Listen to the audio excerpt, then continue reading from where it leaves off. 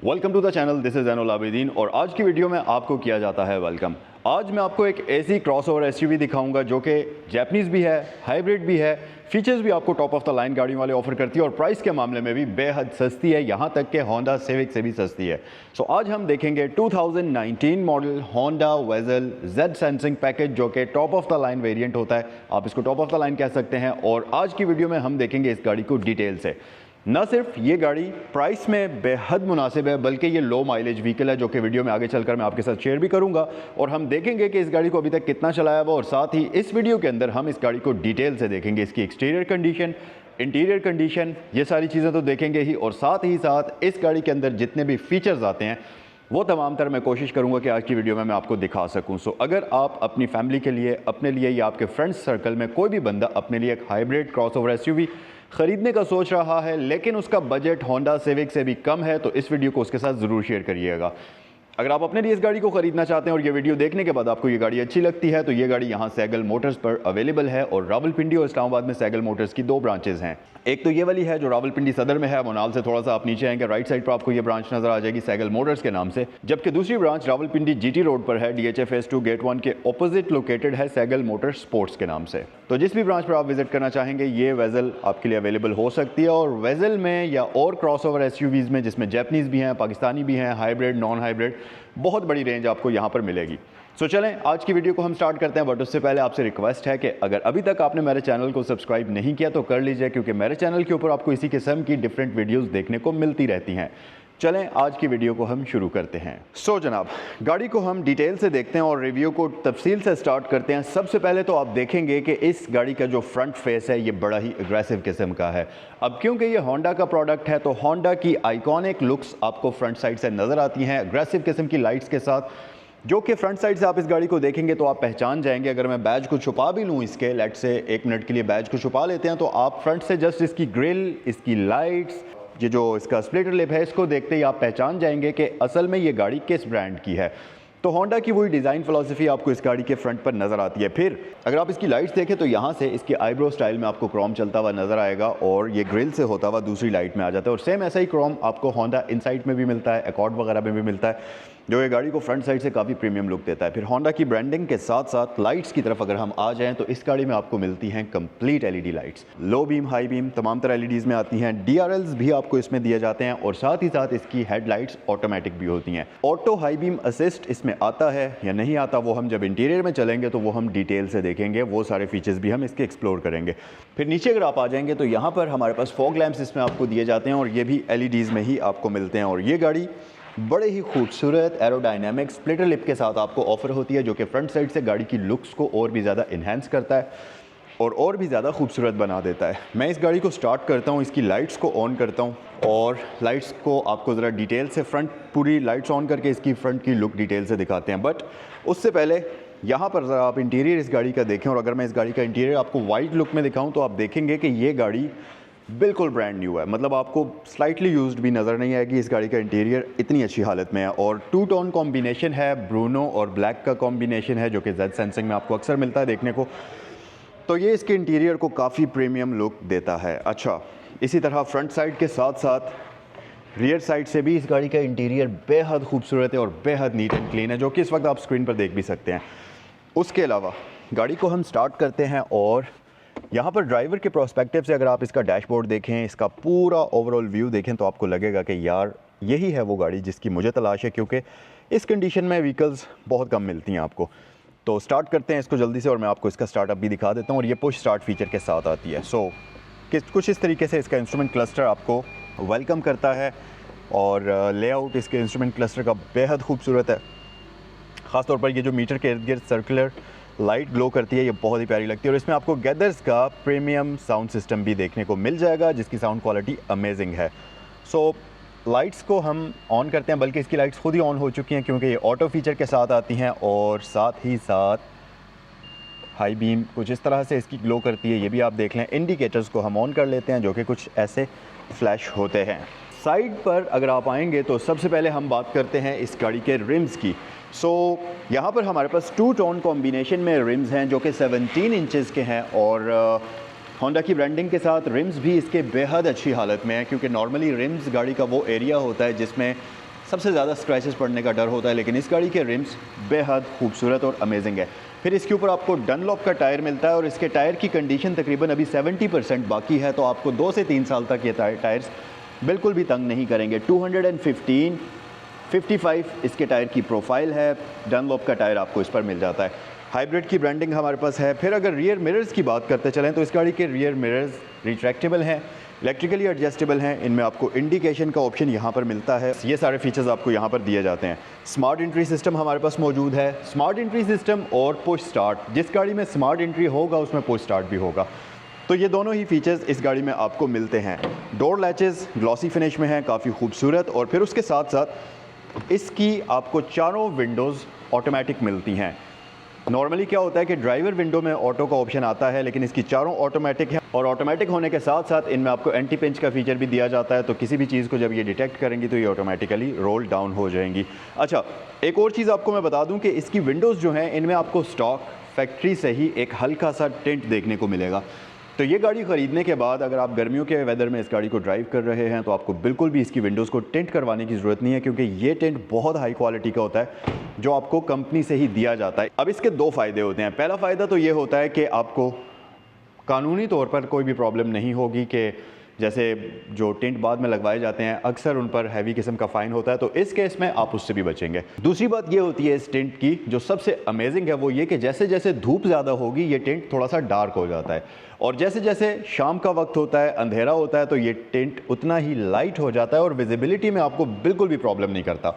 ये सबसे अमेजिंग चीज़ है। फिर एक और चीज़ आप देखेंगे कि फ्रंट वाले दरवाजे में आपको टिंट फ्रंट वाली साइड पर थोड़ा सा कम मिलता है, तकरीबन 15 से 20% का मिलता है, जबकि बैक साइड पर आपको थोड़ा सा ज़्यादा टिंट देखने को मिलेगा, जो कि मेरे ख्याल से तकरीबन 50% के आसपास है। तो ये बड़ा ही अमेजिंग फीचर है। और सेम टिंट रियर साइड पर भी उसी तरीके से काम करता है। डार्क इन्वायरमेंट में लाइट हो जाता है, लाइट इन्वायरमेंट में डार्क हो जाता है। फिर आपके पास रूफ रेल्स हैं, क्योंकि ये एसयूवी है तो एसयूवीज़ के लिए roof rails kind of must feature है, वो आपको इसमें दिया ही जाता है, हर एसयूवी में दिया जाता है।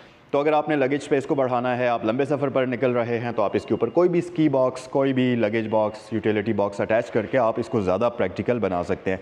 नीचे हमारे पास साइड स्कर्ट्स इस गाड़ी में सिल्वर क्रोम में आती हैं, जो कि काफ़ी खूबसूरत लगती हैं। और साथ ही साथ यहाँ पर हमारे पास आइकॉनिक एसयूवीज़ वाली क्लाइडिंग भी आपको मिलती है गाड़ी की साइड पर, लेकिन इस गाड़ी पर वो क्लाइडिंग मैट ब्लैक में नहीं है, ये बॉडी कलर्ड में आपको मिलती है, जो कि गाड़ी की साइड लुक्स को और भी ज़्यादा प्रीमियम और ख़ूबसूरत बना देती है। फ्रंट के साथ साथ अगर आप इस गाड़ी को रियर साइड से भी देखेंगे तो ये गाड़ी ना सिर्फ कंडीशन में ब्रांड न्यू है, बल्कि फ़ीचर्स भी हमारे पास यहाँ पर कम्प्लीटली आपको ऑफ़र किए जाते हैं जो किसी भी लग्जूरियस ब्रांड न्यू गाड़ी में होने चाहिए। जैसा कि कंप्लीट एलईडी लाइट्स आपको मिलती हैं जो कि रियर साइड से इस गाड़ी को एक आइकॉनिक लुक ऑफ़र करती हैं। फिर हमारे पास रियर वाइपर है, हाई माउंटेड लाइट है स्पॉयलर में, और ऊपर आपको टॉप पर शार्क फिन एंटीना भी इसमें देखने को मिल जाता है। उसके अलावा अगर आप पीछे से इस गाड़ी को देखेंगे तो यहाँ पर हमारे पास वेज़ल की ब्रांडिंग है और साथ ही इस तरफ आपके पास हाइब्रिड की ब्रांडिंग है। अच्छा, रियर बम्पर इस गाड़ी का रिफ्लेक्टर्स के साथ आता है और सिंगल एग्जॉस्ट सेटअप ये गाड़ी रियर साइड से ऑफ़र करती है। और अगर मैं इसका बूट ओपन करके आपको इसकी बूट स्पेस दिखाऊंगा तो सबसे पहली चीज़ आप नोटिस करेंगे कि यहाँ पर हमारे पास ये बूट सेपरेटर ट्रे आपको दी जाती है। तो अगर आपका बूट थोड़ा मैसी हुआ हुआ है तो फिर ये उस चीज़ को कवर करने में काफ़ी हेल्प करता है। दूसरी चीज़ ये कि आपके पास एक प्रॉपर ऊपर पार्टीशन आ जाती है, तो आपका ज़्यादा सामान इसके बूट में आ सकता है, तो ये काफ़ी एक प्रैक्टिकल चीज़ है। फिर अगर आप इसका ये लगेज कवर उठाएंगे तो नीचे हमारे पास कुछ मज़ीद स्टोरेज स्पेस आपको मिलती है। स्पेयर टायर इसमें आपको नहीं दिया जाता क्योंकि यहाँ पर हमारे पास हाइब्रिड बैटरी होती है, तो वो चीज़ आप देखिएगा। बहरहाल आजकल जितनी भी गाड़ियाँ आ रही हैं हाइब्रिड ख़ास तौर पर, उनमें आपको स्पेयर टायर का ऑप्शन नहीं मिलता। बाकी ओवरऑल इसकी जो बूट स्पेस है वो बहुत डिसेंट है। और सबसे मेन चीज़ ये कि इसकी सीट्स जो हैं वो 60-40 के स्प्लिट वाले ऑप्शन के साथ आती हैं, तो इनको फोल्ड करके आप इसके बूट को मज़ीद ज़्यादा प्रैक्टिकल भी बना सकते हैं। और इसकी सीट्स को मैं इंटीरियर में चलकर आपको फोल्ड करके ज़रा डिटेल से दिखाऊंगा और वो चीज़ मैं आपको डेमोन्स्ट्रेट भी करके दिखाऊंगा। सो इसे हम क्लोज़ कर लेते हैं। ओके, सो ये था इस गाड़ी का कंप्लीट एक्सटीरियर। आइए अब गाड़ी के अंदर चलते हैं और इस गाड़ी का इंटीरियर हम डिटेल में देखते हैं। तो गाड़ी के इंटीरियर की हम बात करते हैं डिटेल से, और इसका इंटीरियर आपको मैं ज़रा तफसील से दिखाता हूँ। सबसे पहली चीज़ हम सीट्स की बात अगर कर लें तो इस गाड़ी के अंदर आपको बेहद कंफर्टेबल किस्म की सीट्स मिलती हैं। और ये जो सीट्स हैं ये नॉर्मली थोड़ा सा प्रीमियम सेगमेंट वाली गाड़ियों में आपको दी जाती हैं, क्योंकि इसकी जो आउटलाइनिंग है वो सारी लेदर में है, जबकि इनर वाला पूरा एरिया जहाँ पर आप बैठते हैं, आपकी बैक रेस्ट होती है, वो एक्चुअल में फैब्रिक में डिज़ाइन किया जाता है, जिसकी वजह से वो स्टफ़ ब्रीदेबल होता है और अगर आप लंबे सफ़र पर गाड़ी को चला रहे हैं, लंबे वक्त के लिए चला रहे हैं, तो आपको बिल्कुल भी स्वेटिंग का मसला नहीं होगा। अच्छा, उसके साथ साथ सीट्स इसकी एडजस्टमेंट तो इसमें आपको मैनुअली ही दी जाती है, आप आगे पीछे मूव कर सकते हैं। बैक रेस्ट की एडजस्टमेंट है और साथ ही इसमें आपको हाइट की एडजस्टमेंट भी दी जाती है, तो आप अपने हिसाब से इसकी हाइट को भी ऊपर या नीचे कंट्रोल कर सकते हैं। और यस, ये सारी एडजस्टमेंट इसमें आपको मिलती हैं। फिर हमारे पास यहाँ पर एक खूबसूरत किस्म की आर्म रेस्ट है और यहाँ पर भी ये जो डोर पैनल है इसके ऊपर भी आर्म रेस्ट है। अगर आप लंबे सफ़र पर जा रहे हैं तो थोड़ा सा आप कंफर्टेबल होकर बैठना चाहते हैं तो वो भी आप बिल्कुल रिलैक्स होकर बैठ सकते हैं, क्योंकि गाड़ी के अंदर जो ओवरऑल ड्राइविंग एक्सपीरियंस है, ड्राइवर के लिए जो ओवरऑल एक्सपीरियंस यहाँ पर आपको ये गाड़ी ऑफ़र करती है, ये बहुत ही मज़े का और बहुत ही कंफर्टेबल और शानदार किस्म का है।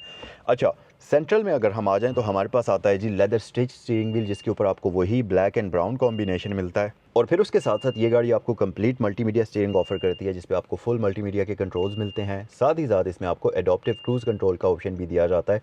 लेन डिपार्चर वार्निंग और लेन कीप असिस्ट, ये दोनों फीचर्स ये गाड़ी आपको ऑफर करती है और साथ ही इसमें आपको ऑटो ब्रेकिंग भी दी जाती है। उसका डिस्टेंस आप ये स्टीयरिंग व्हील के ऊपर दिए गए बटन से एडजस्ट कर सकते हैं।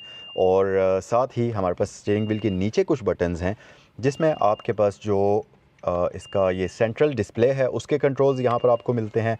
आपने जो भी मेन स्क्रीन के ऊपर डिस्प्ले रखना है वो आप यहाँ से सिलेक्ट कर सकते हैं, चेंज कर सकते हैं उसको, और ऊपर नीचे इन डिफरेंट डिस्प्लेज में मूव कर सकते हैं इन बटन्स की मदद से।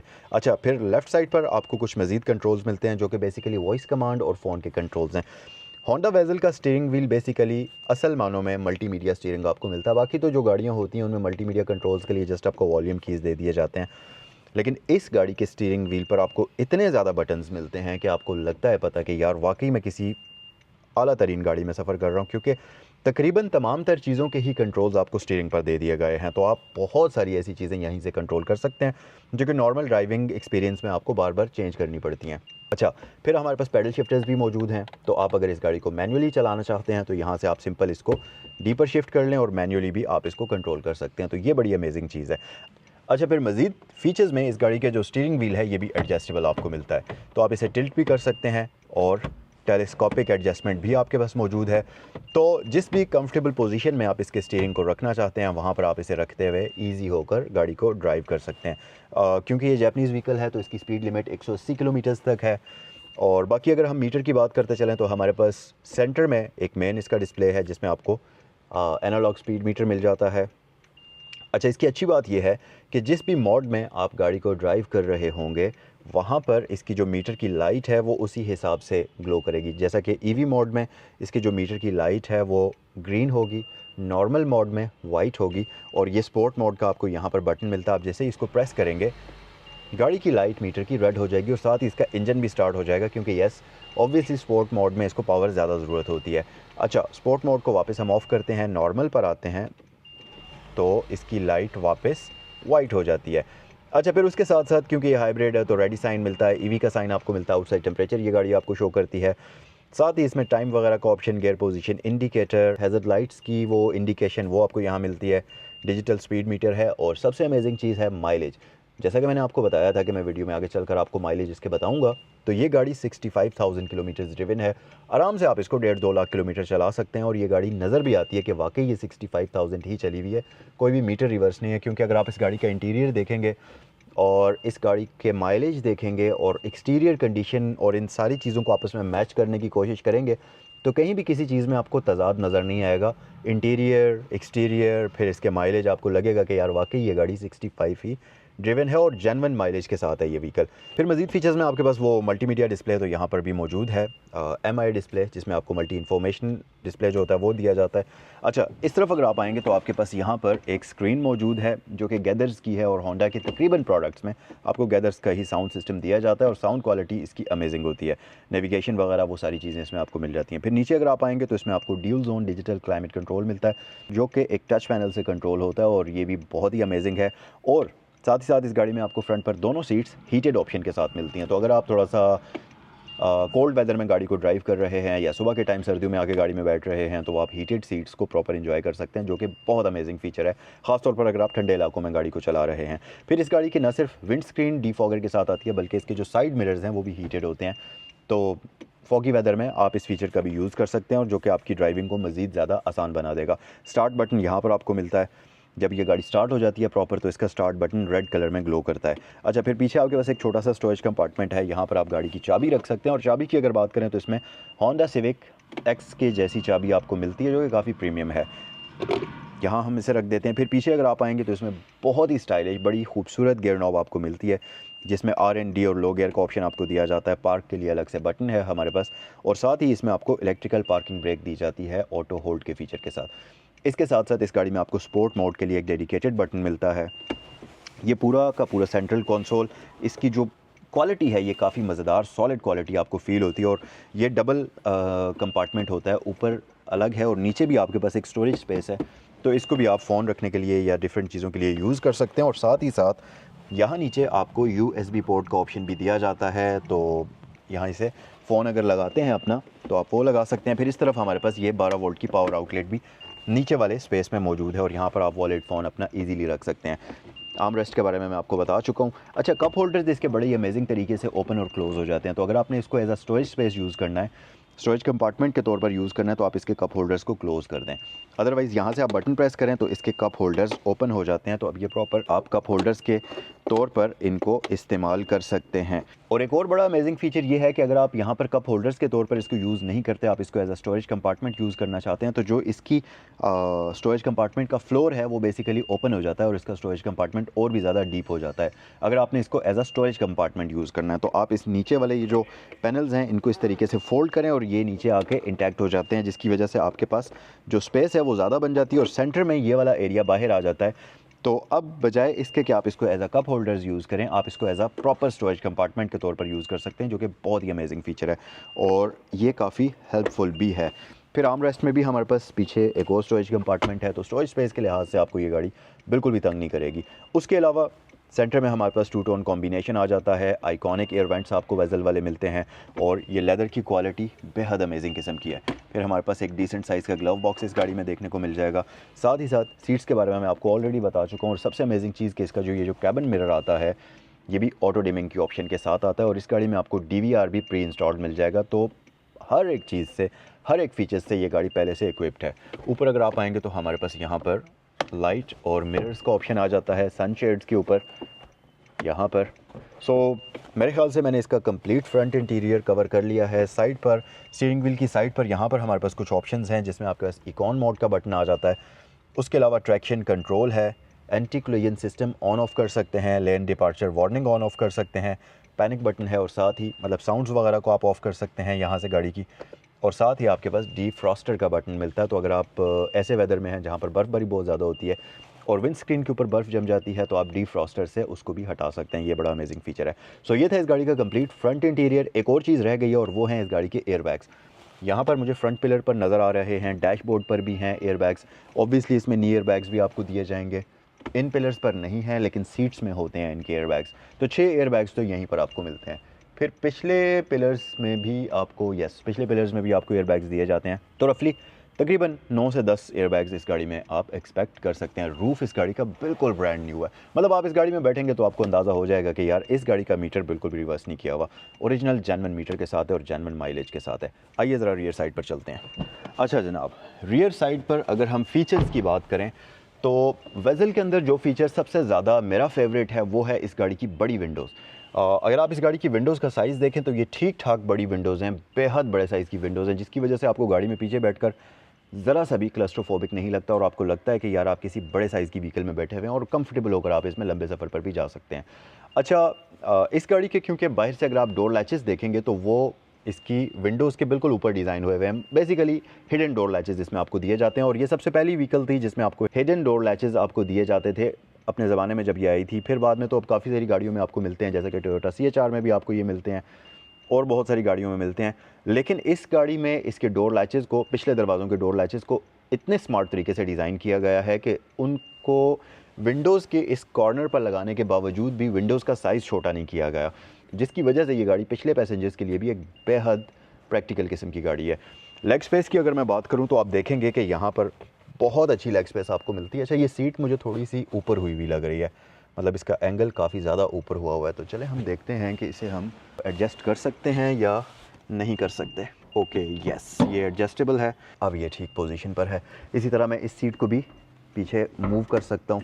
यस, एक चीज़ और आप नोटिस करें कि इसकी सीट्स फोल्डेबल होती हैं, लेकिन इसमें एक बड़ी अमेजिंग फ़ीचर है। वो फीचर ये है कि जब नॉर्मली फोल्डेबल सीट्स को आप फोल्ड कर लेते हैं तो उनमें ये सिर्फ बैक रेस्ट फोल्ड होती है, जिसकी वजह से वो बैक रेस्ट यहाँ पर आकर गिर जाती है और पूरा का पूरा जो रियर एरिया है वो आप फुल यूटिलाइज़ नहीं कर सकते, क्योंकि फ्लैट बेड नहीं बनता आपके पास, इसका हम्प रह जाता है। लेकिन इस गाड़ी के केस में आप अगर इस बेंच को देखें तो मैं जैसे ही इसको फोल्ड करने की कोशिश करता हूँ, ये बेंच आगे मूव हो रहा है, ये आगे स्लाइड कर रहा है।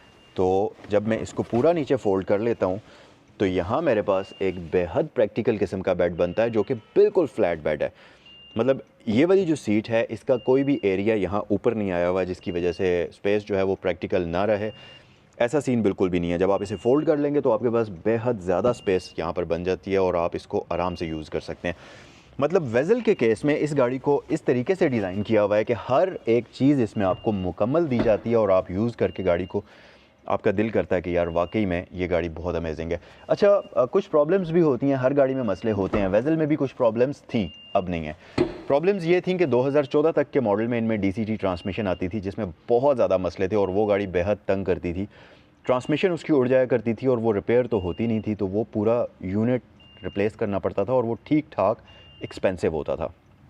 लेकिन 2015 के बाद से इस गाड़ी में CVT ट्रांसमिशन आ गई, तो वो जो ट्रांसमिशन के मसले थे, ट्रांसमिशन उड़ जाने वाले मसले थे, अब इस गाड़ी में वो बिल्कुल ख़त्म हो चुके हैं। तो मेरे ख़्याल से अगर आप 2015 के बाद की कोई भी वेज़ल ख़रीदते हैं अच्छी कंडीशन में, जैसा कि ये गाड़ी है, लो माइलेज गाड़ी अगर आप ख़रीदते हैं तो आप उस गाड़ी को कम्प्लीटली इंजॉय करेंगे। और एक बार इस गाड़ी को लंबे अरसे तक चला लेने के बाद मुझे नहीं लगता कि आपको कोई भी दूसरी SUV पसंद आएगी, क्योंकि ये गाड़ी, इसके फ़ीचर्स इतने ज़्यादा हैं और हर एक फ़ीचर इतना ज़्यादा प्रैक्टिकल है कि आपने अगर उन सारे फ़ीचर्स को प्रॉपर्ली यूज़ कर लिया तो फिर आप गाड़ी चेंज करने के बाद इस गाड़ी को हमेशा के लिए मिस करेंगे।